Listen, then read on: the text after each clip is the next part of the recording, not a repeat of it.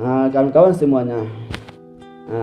Maka dari itu ayo kita bersolawat kepada Nabi Muhammad SAW. Terserah, yang penting solawatan kepada Nabi Muhammad. Bahwasanya solawat kita itu sampai kepada Nabi Muhammad SAW. Dia jawab. Itulah kawan-kawan. Ayo, salatullah, salamullah ala Taha Rasulillah, salatullah, salamullah ala Yasin Habibillah. Baru kemudian disambung lagi. Tawassalna bismillah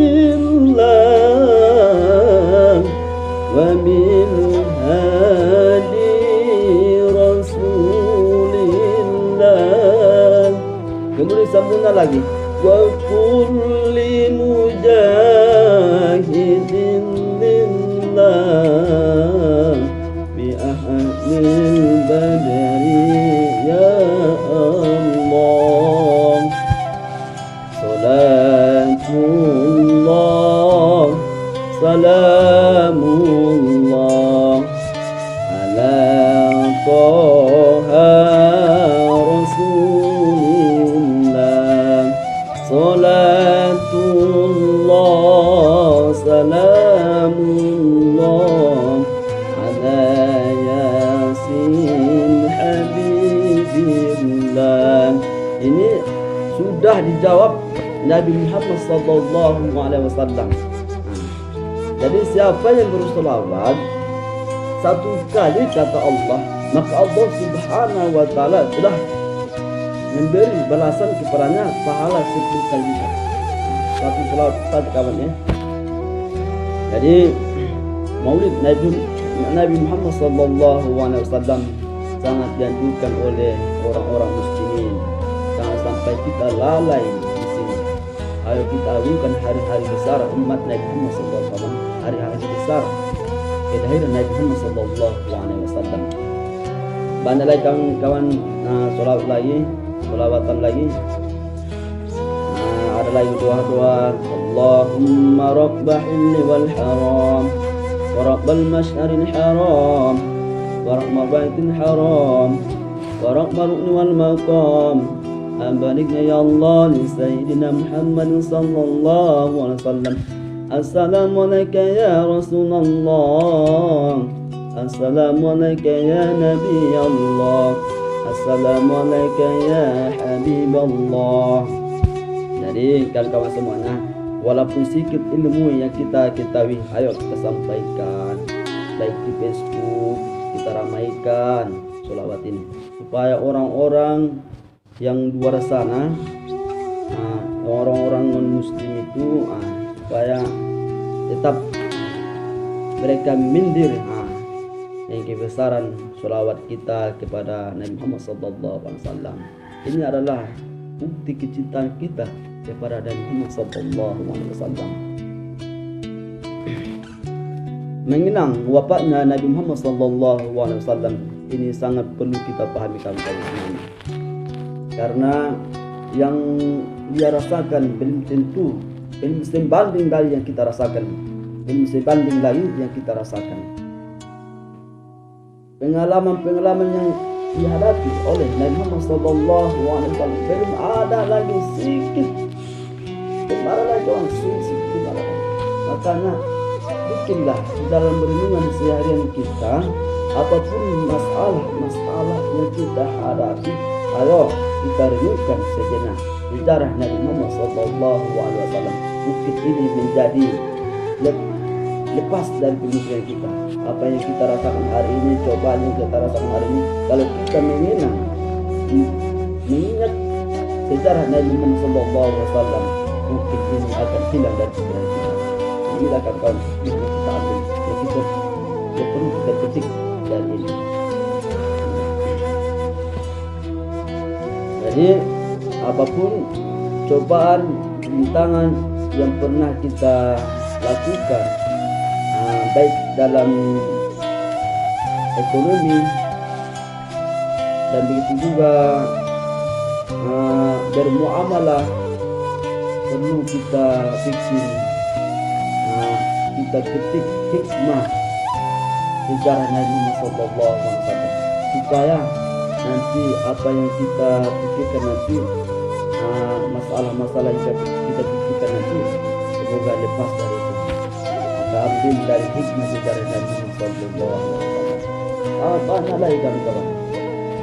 Ada lagi cerita Nabi Muhammad SAW. Di saat Nabi Muhammad SAW pergi ke negara Kuwait. Ini adalah salah satu contoh tauladan Nabi Muhammad SAW. Dia pergi ke negara Kuwait, bersilaturahmi. Tiba-tiba orang non-Muslim, orang-orang kafir di sana melempari Nabi Muhammad SAW. Jadi ini kawan bukti kita Nabi Muhammad SAW, apa yang dibilang Nabi Muhammad SAW kepada kafir, orang kafir di sana waktu di negara Kuwait.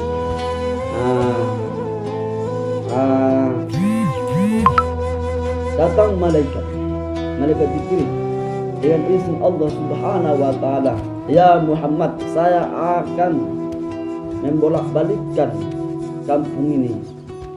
Tapi apa kata Nabi Muhammad SAW? Nabi Muhammad SAW, jangan katanya. Ini adalah contoh ya, contoh yang perlu kita ambil hikmah dari perjalanan Nabi Muhammad SAW di waktu di negara Taif. Jadi kata Nabi Muhammad SAW, jangan ya Jibril, mungkin mereka belum mengetahui siapa saya. Saya diutus ke dunia untuk menyuarakan ahlak manusia. Itulah luar biasa Nabi SAW. Nabi Muhammad SAW itu, dia itu walaupun orang benci sama dia tetap berkawan. Walaupun udah benci, udah difitnah, tetap dia berkawan. Coba kita pikirkan, kita tarik ke dalam diri kita.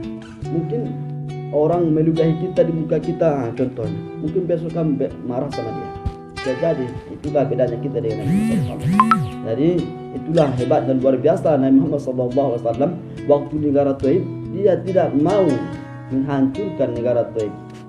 Dia bilang kepada Jibril, jangan. Mereka belum tahu siapa aku. Mungkin kalau seandainya, mungkin kalau seandainya Nabi Muhammad SAW mengizinkan dan malaikat mengizinkan menghancurkan negara Taif, mungkin besok tidak ada lagi yang lahir di sana lagi. Semuanya akan hancur. Maka siapa lagi yang tahu tentang sosok saya, kata Nabi Muhammad SAW. Perlu kita ambil hikmah. Kalau seandainya kampung itu dihancurkan, besok mereka tidak ada lagi. Pasti mereka musnah. Tidak ada lagi yang lahir di sana lagi. Jadi mereka tidak tahu lagi siapa sebenarnya. Padahal aku masih pengen menyampaikan wahyu Allah Subhanahu wa Ta'ala.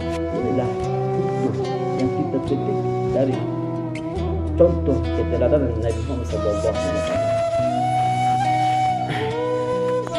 Jadi kembali kita kawan, besarkan, kita agungkan maulid Nabi Muhammad SAW. Berhubungan di bulan 12 Rabiul Awal ini adalah bulan yang sangat istimewa. Banyak penjelasan kitab dalam kitab Bajuri di sana menjelaskan pendapat tentang ulama-ulama tentang kemuliaan Nabi Muhammad, kelahiran Nabi Muhammad SAW. Perbedaan pendapat. Ada yang mengatakan di hari Senin itulah yang paling mulia.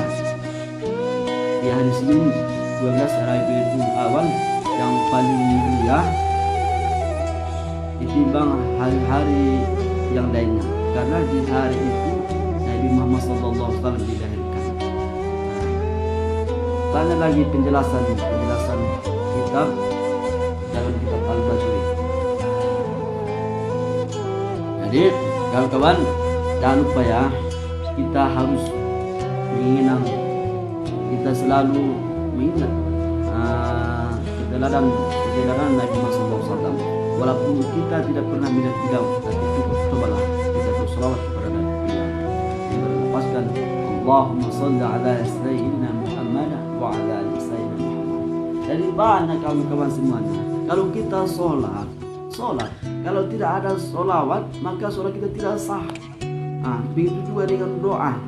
Semua di dalam sholat itu sudah ada di situ semuanya. Baik sholawat sudah ada di situ. Allah dan sholawat Nabi Ibrahim ada dua. Inna sholatu wa nusuki wa mahyaya wa mamati lillahi rabbil alamin. Sudah di situ semuanya. Berdoa kita ada dua sholawat. Kalau tidak ada sholawat maka doa kita terombang ambing, nggak sampai. Ayo kita sholawatan. Salatullah salamullah ala toha rasulillah. Salatullah salamullah ala yasin habibillah. Salatullah salamullah ala toha rasulillah. Salatullah salamullah ala yasin habibillah. Tawassalna bi bismillah wa min hadi rasulillah.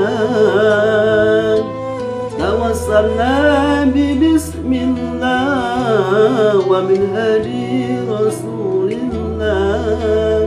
Wa kulli mujahidin lillah bi ahlil badari ya Allah.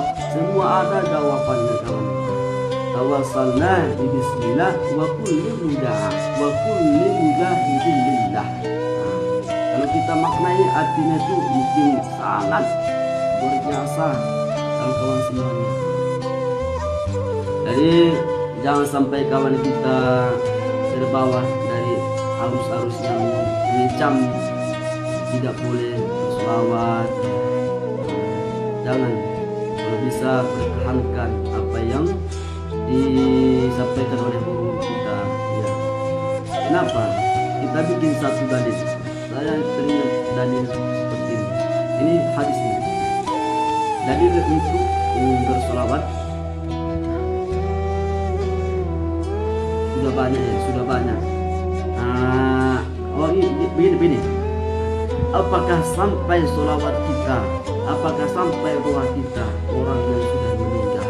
Ya. Itu kan ini banyak pertanyaan sebenarnya. Saya mengambil sejarah Nabi Muhammad SAW seperti ini kawan-kawan. Ketika Nabi Muhammad SAW di waktu perjalanan, dia waktu itu mendengarkan teriakan orang disiksa dalam kubur ya. Jadi sehingga Nabi Muhammad SAW mengambil daun kurma, baru dia tancapkan di kuburan itu dan dia baca sesuatu. Maka di saat itu pula ahli kubur itu yang disiksa itu terdiam. Ini adalah bentuk satu doa sampainya. Ini daun kurma ya. Daun kurma dia tancapkan ke kuburan imam. Apa? Jadi para sahabat waktu itu bertanya, ya Rasulullah, ya kenapa Rasulullah SAW menancapkan daun kurma itu di kuburan itu? Maka kata Nabi Sallallahu Alaihi Wasallam, saya meletakkan daun kurma itu supaya mereka bertasbih. Itu kawan-kawan ya, bertasbih supaya besok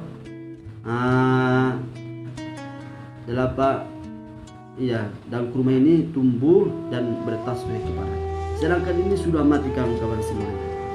Ini sudah mati. Ya, tetap sampai. Makanya sering kita tengok kalau ada orang yang meninggal, mereka bikin daun-daun di kuburan itu. apalagi lah kita kan masih hidup, ya, masih tergoda hidup seperti ini. Jadi tentu kan sampai ini satu dalil, ya perlu kita bikin kalau ada yang bertanya kawannya, ya, ini satu dalil yang pernah Rasulullah SAW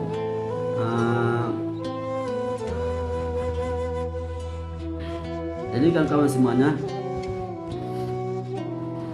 sebenarnya kita di Maulid Nabi Muhammad SAW, ayo kita besarkan karena ini adalah satu contoh atau satu kecintaan kita kepada Nabi SAW.